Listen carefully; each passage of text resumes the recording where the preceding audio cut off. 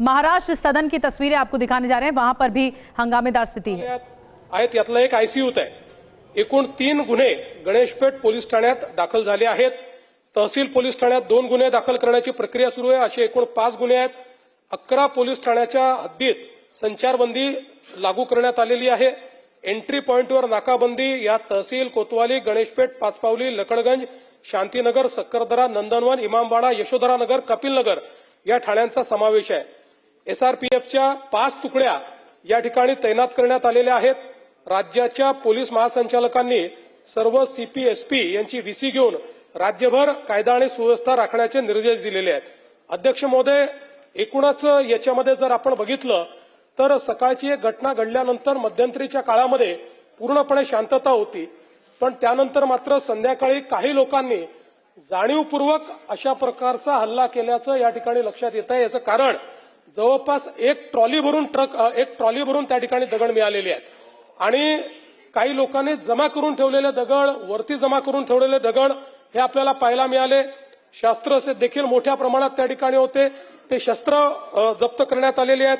वाहनांची जाळपोळ त्या ठिकाणी झालेली आहे आणि ठरवून काही ठराविक घरांना, काही ठराविक आस्थापनांना त्या ठिकाणी लक्ष करण्यात आलेलं आहे।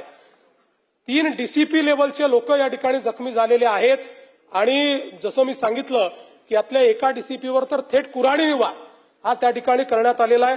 त्यामुळे निश्चितपणे याच्यामध्ये काही ना काही एक प्रकारे काही लोकांचा सुनियोजित पॅटर्न हा देखील त्या ठिकाणी दिसतो आहे। अशा लोकांना त्या ठिकाणी त्यांच्यावर कारवाई ही केलीच जाईल। कुठल्याही परिस्थितीमध्ये कायदा आणि सुव्यवस्था हाती घेण्याची कोणालाही परवानगी या ठिकाणी देण्यात येणार नाही। आणि मी एक गोष्ट स्पष्टपणे सांगतो, पोलिसांवर ज्यांनी हल्ला केला असेल त्यांना काय झालं तरी सोडलं जाणार नाही। पोलिसांवरचा हल्ला सहन केला जाणार नाही। पोलीस शांतता प्रस्थापित करत होते, अशा वेळी पोलिसांवर केलेला हल्ला अतिशय चुकीचा आहे। अध्यक्ष महोदय, खरं म्हणजे महाराष्ट्रामध्ये कायदा आणि सुव्यवस्था राखणं, शांतता राखणं आपल्या सगळ्यांची जबाबदारी आहे। मी नागपुरातली जनता असेल, महाराष्ट्रातली जनता असेल, या सर्व जनतेला ही विनंती करू इच्छितो की सर्व समाजांचे धार्मिक सण हे या कालावधीमध्ये चाललेले आहेत। अशा या सगळ्या परिस्थितीमध्ये सगळ्यांनी संयम ठेवला पाहिजे, कोणीही संयम सोडू नये। आपल्याला कायदा आणि सुव्यवस्था आणि शांतता कशी राखता येईल, एकमेकाच्या प्रति आदरभाव कसा राखता येईल, अशा प्रकारचा प्रयत्न हा सर्वांनी करावा, अशा प्रकारची या निमित्ताने मी अपील करतो।